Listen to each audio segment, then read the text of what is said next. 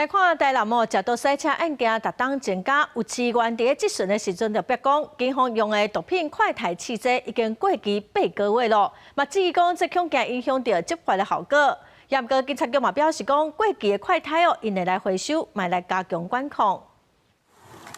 外口刑事警察大队围起来，甲门弄开，就是要抓贩毒集团。立正南市警察局才拄抓到重大毒品案件，就得国开肯定。不过南市议员林启竹咧质询时，煞标出这阵警察局咧使用的毒品快台试剂，竟然是过期8个月。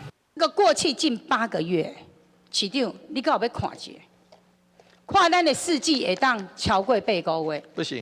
但是食毒赛车案件，逐当咧增加，去年也搁创下新高的纪录。尤其这阵新型毒品多元化，像松西烟弹这类毒品，嘛有人食毒赛车发生真侪车祸事故。议员批想，若用过期的试剂，惊影响执法的效率。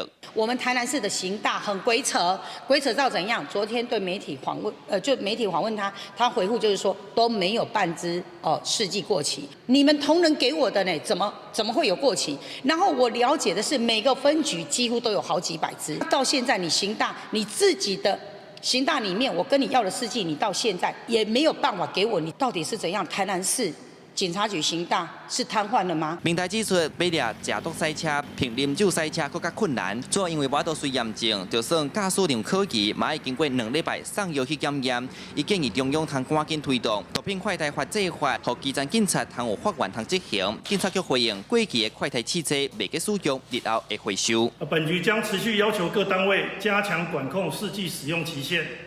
针对逾期试剂落实销毁。议员建议通参考外国引进口腔液快台器，通马上判断敢有食毒，嘛要求警察局全面盘点现有的快台试剂效期，防止赛车食毒的案件继续恶化。记者苏台南采访报道。